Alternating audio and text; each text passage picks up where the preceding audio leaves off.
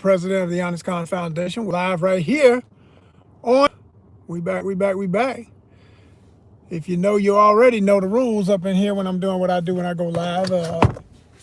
We are a very tight-knit organization in the way we move. So, you know, not just any old everybody can talk when I'm online. So I ain't wanting them to be like chat. That ain't the kind of challenge this is.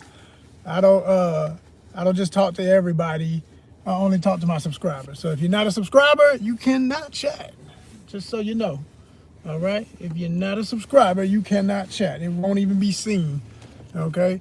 And even if you subscribe long enough to say something and you say something crazy, it will not be seen and you will be deleted, dismissed, dissed everything. Disabled, dysfunctional, because obviously that's what you are if you're on that BS. We're troll-free environment up in here. And I stress that only because the last time I went live, it's been some days. I tried for the first time in a long time to let the audience abroad just be in here and say what they want to say. It was just a test. It was a test, and as usual, unfortunately, I ain't gonna say most, I'll just say whoever these people are that are just so pathetic and lifeless and zombies, they came in the comments with some goofiness. It was indirect, but it was still disrespect to what they were trying to allude to in the comments. And I was like, I'm not even gonna repeat what got said. It ain't important. It was very kiddie. It was so kiddie I had to wonder, was it kids? Because I keep telling y'all, this ain't a kid's playground. This ain't an unsupervised kid, turn it on, watch what you want, say what you want environment. And a lot of folks on YouTube don't care. As long as they get the numbers, they don't care who's watching. I do. I care who's watching. This is not a children's channel, but it can be a family channel. And by that I mean it's adult first. If you see something I post that might appeal to the youth in your life, I let you as a guardian, as an adult, if you are an adult, if you are mature, because adult don't just mean age. I'm talking about mentally you're an adult, okay? And an age, because I don't care if you grown for your age, you still ain't grown. I mean, you know what I'm saying? You 13, but you act like you 20, so what? You still 13. Sorry. Nope, we ain't giving you them points, because you got to earn them, you got to live them. Trust me, it's different when you stand in the shoes.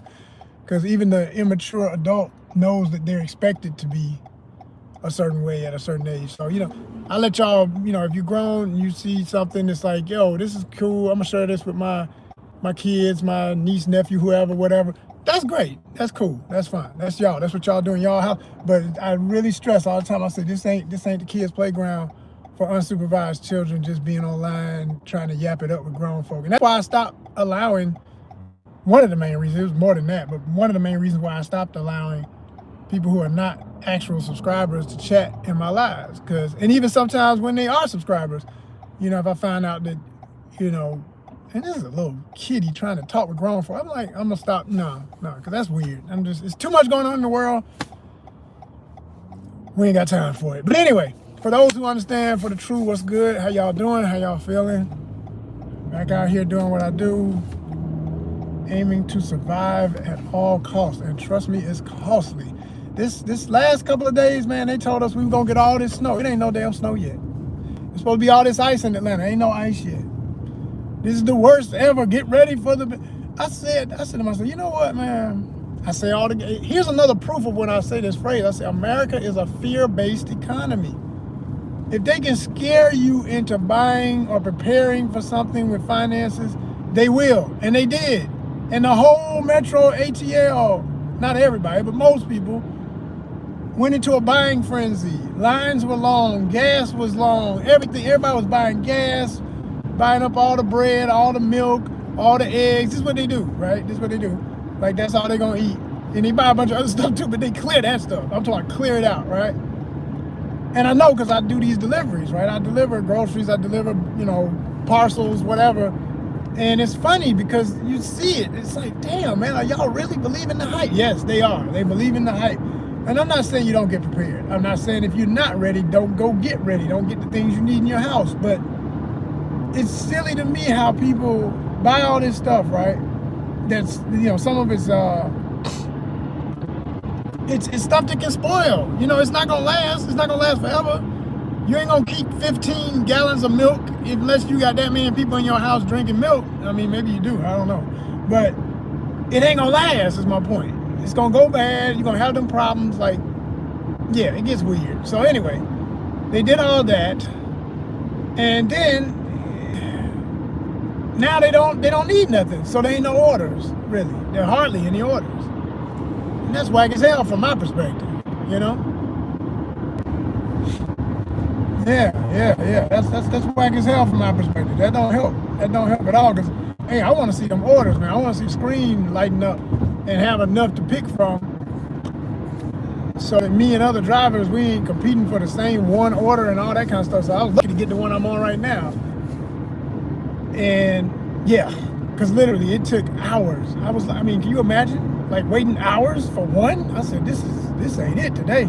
It ain't the first time I've been through this. I've been through this before. It's nothing new, but it ain't a comfortable place to be in. It ain't something I aspire to have to tolerate. So that's why I started doing the other app that I told y'all about, and I've done reviews of, you know, the one to start with the V.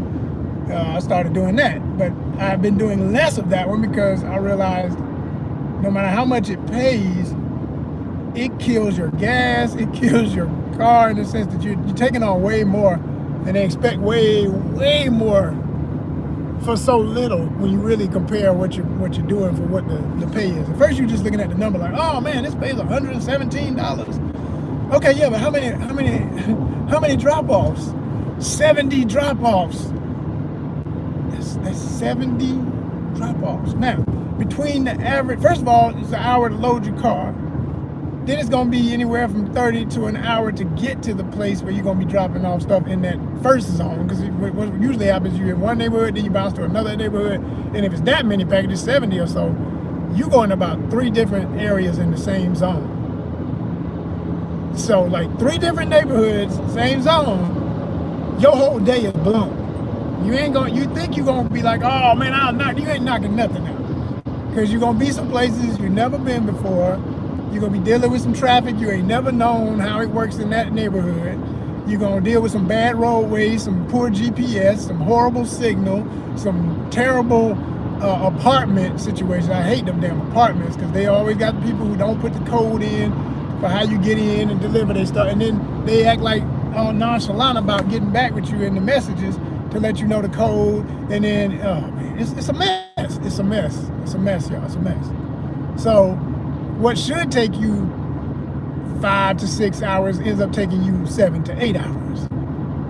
And when you got on the road at 11:30, but first thing you ever dropped officially was 12, how dark you think it is at 8 o'clock in Atlanta? It looked like midnight. It's terrible. So, you know, you're exhausted, you're overworked for not as much what you should be getting, you know, wasted the whole day. But here's the other part about it, what makes it so bad, right? I might have to go on and do some. Oh, I didn't even mention the worst part. Then you have to wait on your pay. It don't pay immediately. These other ones I'm talking about, the other one I deal with, it pays immediately. As soon as you drop it off, you get paid. You might have to wait on your tips, but you don't have to wait on the main money, you get that. And then by the end of the day or next day, you get your tips too. So, you know, if it was a $50 order, you're gonna get your 50 pretty much today or tomorrow. Not the way with that other thing. That other thing, you'll be waiting 4 days, sometimes more. It's crazy. It's crazy. It's crazy. And it's been taking a toll. I ain't gonna say starting to take. It's been taking a toll. It's really bad. Really bad. And I already done told y'all, you know, the number one reason why I even started doing this is because the film biz done went to pot. It's just not what it was. And yeah, it's just not what it was, not at all. So, you know, and I've done work in front of the camera and behind the camera, okay? You know, I'm the actor, writer, producer, all that, PA, you know, when I say the writer, producer, all those higher positions, director, that's independent. But when I've worked in the Hollywood side of it, I've done PA, production assistant, I've done tons of extra work, tons of stand-in, okay? And a couple of speaking roles, you know what I'm saying? Really one main one. So the bottom line is, it ain't what it used to be. I don't think it'll ever be what it was again. I read an article just the other day talking about where the biz is, and you know, everybody's feeling it, from the higher ups to folks who haven't reached those plateaus. Everybody's feeling it, and it's like so much of it has gone overseas on purpose because all they care about is the most tax incentives, and quite frankly, I'm gonna be real, this damn stupid ass, you know, majority of the state of Georgia went with the okie doke, supported this regime insanity politically, and that ran out the film business. Because the film industry, even though there's conservative, whatever you want to call it, all them little phrases, people in there, but no. Majority of folks in the film industry are more liberal, and just, well, even scratch that word, they're just more progressive on the sense of everybody do what you're gonna do. Now, do they still be on some other BS in other categories? Yeah, definitely, absolutely. Depending on the individual, depending on the director, producer, whoever it may be. But majority of people in that business are definitely free thinkers, free spirited. So all of this restricted, totalitarian style governance, and no, that is not. So that problem started years ago. Yeah, that started years ago. That was before the last November election. You know what I'm saying? That was way before then, when, you know, the anticipation of BS was already set and people were making plans to get the hell on. So all they did was just say, okay, real ones move in silence. We ain't gonna even announce. But then as soon as last year came, January 1st of last year, by that time, man, we were all, I mean, toward the end of 23, quite frankly, you know, but 24, 25, we know, all of us who are in the biz, we saw the deficit start to happen. And slowly but surely we were getting the big word that, yeah, you know, like Marvel, they doing this over in UK, or they doing that over in Australia, DC, they filming that in Canada, Australia, Europe, everywhere else but here, because folk got tired, man. They looking for where they can get the most for their money without as much stress and political nonsense tied in with what they trying to do to make some money for real, for real. So they left. And it hurt. It hurt everybody that has been relying on that money and surviving on that money and expecting that money. Like, you know, for me, it became a thing where, yeah, I know I'm not gonna work all year long in strictly film. That day had been passed with how bad it got. But I did expect it to be where, yeah, okay, I may not be year round, but maybe once per season, you know, winter, spring, summer, fall, I'll be on somebody's set. No. It went from once per season to one season and a half. That's a good way to put it. To just a little bit of a season. Like, yo, we got you on call. We can't really afford to have everybody come in regular, but we are going to get you work when we can. And that's literally how it was when I was doing the last time I did PA work on a production that, you know, I already knew everybody on it and everybody was cool with me. And it's not personal. It's like they had a lot of other employees that I didn't even know they had, or potential employees, that they were just trying to spread the work out and give everybody a little bit of work instead of, you know, we got, like, let's say, like, for example, in our department, we had like 10 people that were doing PA work. They was like, well, normally we would have 5 of y'all here all season long. What we're gonna do is we're gonna give all 10 of y'all, we're gonna split the days up for when we need that position filled. And depending on your personal availability, because some people might find something else or have other stuff come up, whatever, okay, that'll give somebody else who wants more work a few more days, but that's all we can give you. So instead of 3 to 4 solid months of work, I basically had a few days a week, every week, and it added up to be about maybe a month worth of work. Well, yeah, something like that, pretty much. It's pretty bad, y'all. It's pretty damn bad. And of course, in between that, I was doing, you know, what y'all see me do when I get out here and do this courier thing. So I'm sharing all this. I'm being so transparent on purpose because I don't mind sharing, because it ain't, you know, it ain't nothing to me to tell the truth about what it is. Like, people, the articles are one thing, but when you hear it from somebody who's living it, it's different. You know what I'm saying? Talking about people being out of work and all that, that's different. But when you talking to the people, you can feel it, you can understand, and hopefully you respect it. And that's where it comes down to my monetization nation, as I call y'all. The ones who have hit the subscribe button, the people who support this channel, the people who understand what ONYXCON is when we say multi-niche content. You understand what a niche is, that's a genre, those are the topics that we cover, and that we cover many. You know, it's not, we don't just do one thing. You may see a lot of something over other things, like more so this than other. You know, a lot of y'all I know like my shorts, because I know I got a big sneakerhead crowd up in here, and wherever y'all see a sneaker, y'all will flock. And I like that. I appreciate it, because hey, it's an audience, it's some people. I need that. So I'm definitely for it, but I need, and I'm not ignoring it, so I make sure I keep that kind of content going. But it's not what the channel is about. Like you say, well, what's this channel about? It's about that and everything else you see here, like literally everything else. Everything that I post, one way or another, reflects a part of what ONYXCON is about. You know, we share the golden moments in life. We deal with creativity. We deal with the outdoors. We deal with our relationship with the rest of nature. Okay, that's why, you know, you see the cute, I had the deer post with some deer that I saw the other day on a walk. I caught that moment, put it up here for y'all. You know what I'm saying? I juxtapose it with some really cool music. The music is symbolic in its own right. You know, I'm never completely random with the music I choose, or I don't just only pick stuff that's popular and it's completely out of context. Sometimes it might seem like it is, but I'm still trying to get you to think. You know, I'm still waking you up if you're really paying attention. My whole reason of doing it is to put something on it that you're not used to hearing, instead of another boo, boo, boo, pop out, boo, boo, boo, and everybody doing the same damn dance. Pop out, boo, and a boo, pop out, boo. And I ain't hating, okay? The song is a little catchy. It is. I've used it. Shout out to the brother. I forget the brother. What's the brother? Oh, shit, what's his name? Damn, what's his name? Headband, I think is his name. Yeah. Shout out. You know what I'm saying? He doing his thing. New Orleans in the house. I looked him up to know what was going on. I don't want to be the older dude who just grumpy and talking about whatever younger folk do and don't know what it is. No, I go find out what the hell it is before I say something about it. So yeah, I know about Headband. I know about the little pop out boo song, boo, boo. I know it's a hit. It's a hit. I salute the hit.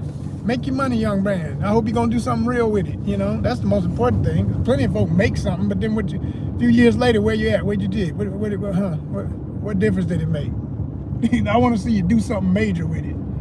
You know, hell, you know what somebody should really do? This is an idea for all the little rappers who know they not in it because they serious about hip hop. They just want to make a hit, get in, get out, get their money, and live. But if you like making music, if you like that process, and if you like the industry and all that stuff, get with your friends that think the same way and make a record label that all we do is party music. Viral records. Like, why ain't there something named that yet? Maybe there is and I don't know it. But the hits, that's it. Nothing but pop out, boo, boo, boo, pop out, boo. Oh, damn, man. But hey, as much as I get tired of hearing it every day, okay? Or the little piece of the Masagio song, I joked about that and y'all loved that when I made that joke. I didn't think it was gonna blow up like that. That thing got thousands of hits for me talking about, you know, why y'all using just this one part of the Masagio song? Like, the man makes great music. I like his music. Now that's a real musician right there. That's a real musician right there. That brother plays instruments, he sings. He's a real musician, right? And his melodies, his rhythm and everything. Masagio is a real musician. I respect him. I just hate that the fans have taken this one piece of this song and act like the rest of the song don't matter. He's like, but that's the best. All the people in the comments when I made it, but that's the best part of the song. No, you didn't listen to the rest of the song, man. Y'all don't appreciate music. Y'all don't appreciate beginnings, middles, and ends of any damn thing, because all you want is peak. That's why shorts is all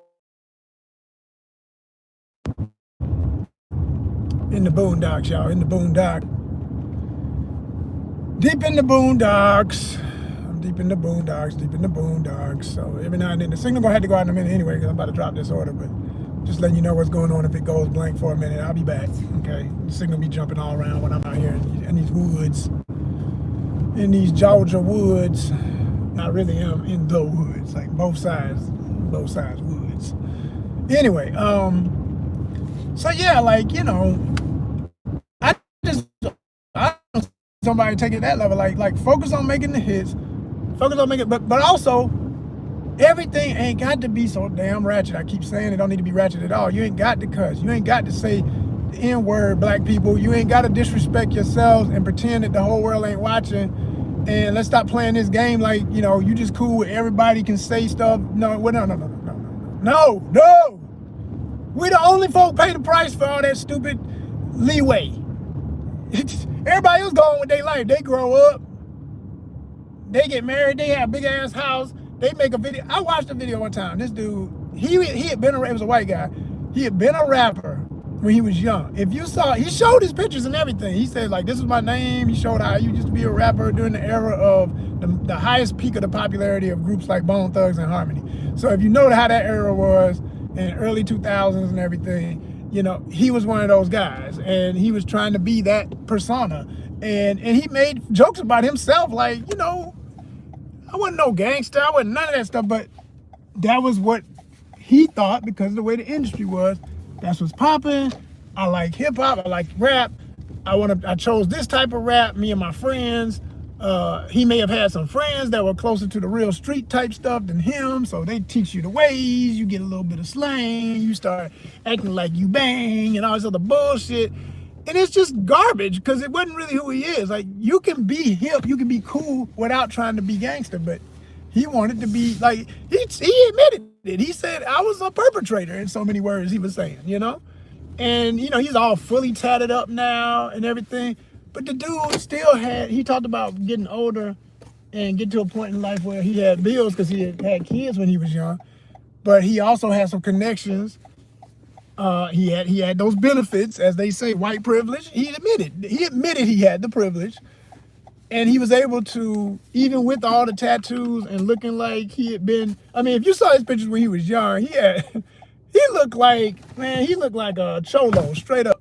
You know, he had the kind of features where he could pass for Mexican if he got a certain look. And that's how he looked.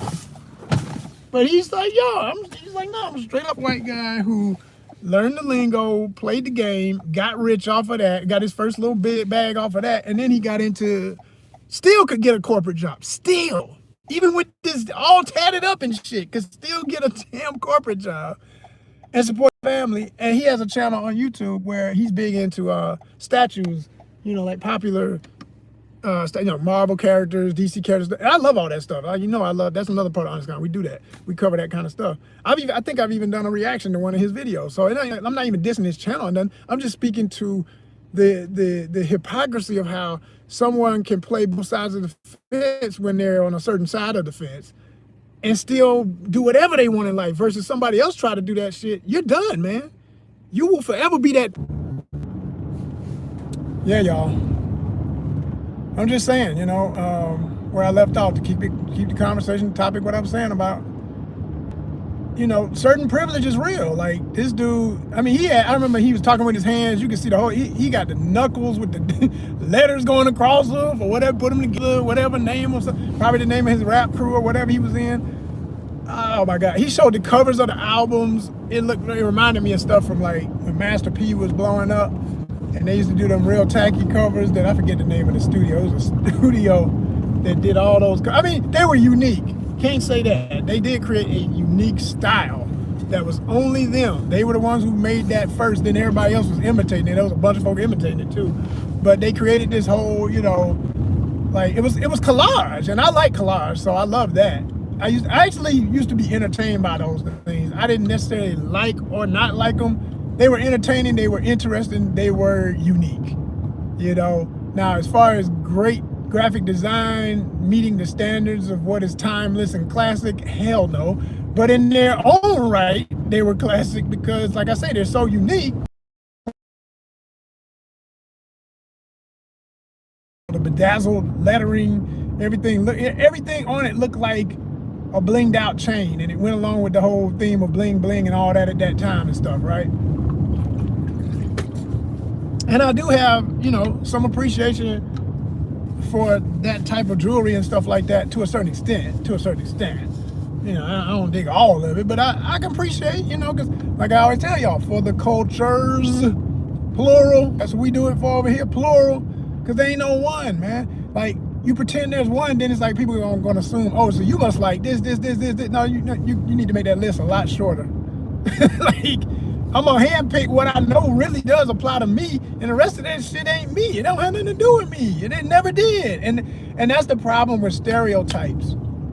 That's the problem with stereotypes. Some people literally look at somebody, as soon as they know, oh, you Black American, then you ought to be about this. No, and no. You don't know me. You don't know nothing about me. You got to learn if you want to know.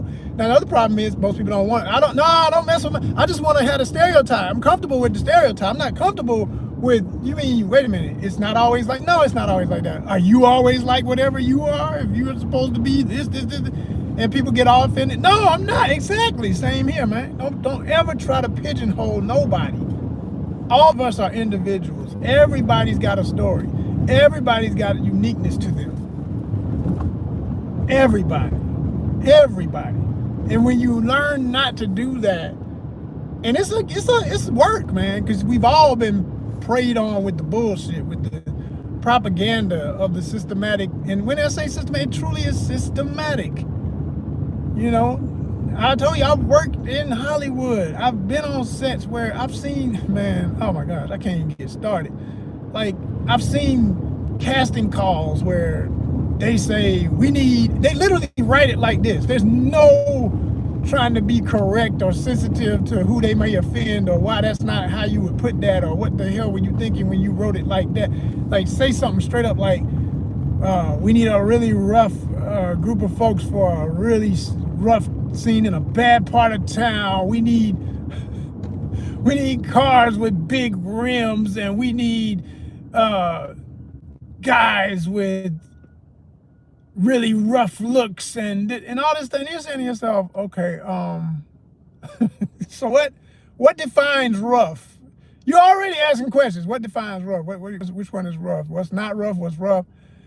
And I've been on sets where you're literally standing there with hair and makeup, and the person who's judging who's what and what not don't have a clue about what those things really look like in reality. Not a damn clue. But they're being an authority on it. They're trying to tell these people who come from various backgrounds, again, for the cultures, plural, what's what and what it was. And I'll never forget my best example of this ever. Well, there's others, I can't say ever, but it's the one that always pops in my mind. When the Tupac movie was filming, the one that came out years ago, which I think, a lot of people diss that movie. I think the brother who played Tupac not only looked like him, but did a really great job being a first-time actor. He was amazing, in my opinion. And that's coming from a seasoned, you know, I'm not Denzel, I'm not even trying to be, but I put it like this. I know some people on Denzel level who've seen me at my best and said, you got it, man. If you really wanted it, you could go all the way like that. Honestly, it's such a hard path, and at my age, I didn't never give up, but circumstantially, like I told y'all, how the business gotten in Atlanta, it's not to even say that I still won't get an opportunity in a project to shine and show people more, not because I've had my own films I've made, and I've done other people's independent projects, but because those are lesser, big budget, most people don't know about it. Every time I tell y'all, look up Biggity, what is it right here? Do y'all go look? Most of y'all don't. You don't even, what do you say? B-I-G-G-I T-Y, Biggity. That's the word. It's a southern word. Look up what it means. But it's the name of a creature. It's a creature feature. It's called Biggity. What is it? It's my film. ONYXCON. We put that out. But most of y'all ain't gonna go look up shit. Y'all don't get, hey man, we gonna put up another sneaker video. You know, you don't give a damn. You know? I'm learning who I'm dealing with. I got people who are like that. I got people who are like, oh man, let me know when you go fishing again. You know, when you're doing multi-niche, everybody's waiting on their thing to come around the carousel. That's all. They just tell me when that thing I like comes around, and the rest of that you can keep it, because I don't care. And whatever. Just stay subscribed, and we'll keep pushing forward. But you're missing out on a lot of good stuff. And unfortunately, you know, the difference with the underground and the mainstream is the mainstream has the money to throw it in your face until you feel like, you know, you get that FOMO thing they say, fear of missing out. You got the fear of missing out disease, so you go see the movie even if you didn't care. Like, oh, yeah, all right, I guess I'll go try. Everybody keep talking about it. All right, I'll just go. All right, okay, just shut up. I don't want to see another commercial. I'll go see it. That's what happens. That's what happens. People just give up. Take my money, damn. And did that make them shut up? No. After you see the, if you didn't like the movie, you still see the commercials for weeks. You know, if everybody online is talking about it, and the only main reason they go see it because they don't want to not be in the conversation at work, around the the water cooler or the copy machine, or at the wherever you at, the dealership, the barbershop, the hair, the beauty supply.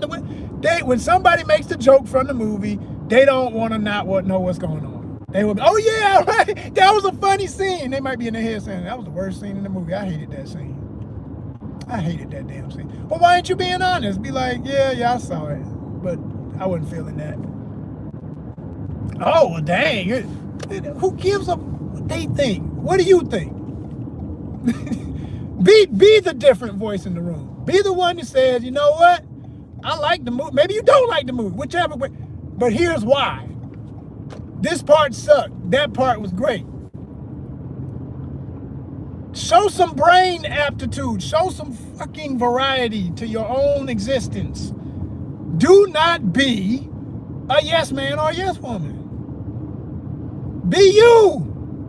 And there's no way you're being you if you're always, I mean literally always in agreement with whatever's mostly being said by a bunch of people following trends. That shit is whack as hell. That's whack as hell. There's no originality in it. There never will be. There never has been. And no originality comes out of it.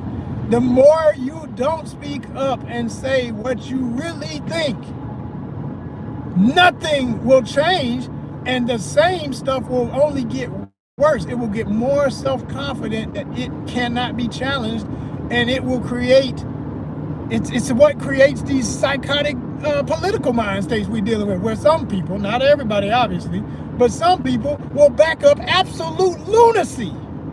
You know this shit is crazy. And you up here saying, well, you know, well, it's okay because, well, I don't know, but it's okay. No, stupid. You know this shit ain't okay. You just need to speak the fuck up. You don't never speak up. If that part of your brain that wants to speak up is still working. For some of y'all, it's over with. You know, the ones that get online and troll and shit, they're gone. They don't even know what they're doing when they're doing that. Like, you know, one day they'll get their ass beat and be like, why did they beat me up? You don't even remember. You've been an asshole for 3 years online and everybody remembered you. Somebody had time today and tomorrow and the next day, and they found you and they kicked the living shit out of you. I ain't got time, but I promise you there's some fools out here who got time. They will get with you. They got nothing else to do in life. Nothing. Not if they can find something to eat, take a shit, sleep, every day they thinking about kicking your ass, I promise you. That's all, you know? Oh my gosh, have mercy. You can make them kind of enemies being the fool. Don't do it. Don't do it. It's no future, people. It's no future. Oh my gosh, it's no future. So, we gotta get past this kind of mentality, man. We gotta get where people start saying, you know what? Nah, I'm not gonna not say nothing. I got something to say. You know, speak up. Speak up. Be heard, but have something to say when you say it. And if you ain't talking about nothing and somebody who is talking about something come and correct you, don't go back to some misinformation, false definitions of what words really mean and their original intentions, and start labeling you woke. You goddamn right I'm woke. That's what I'm trying to do. Wake your stupid ass up. Cause you sleep, bitch. Wake up! Motherfuckers. I swear to gosh, man.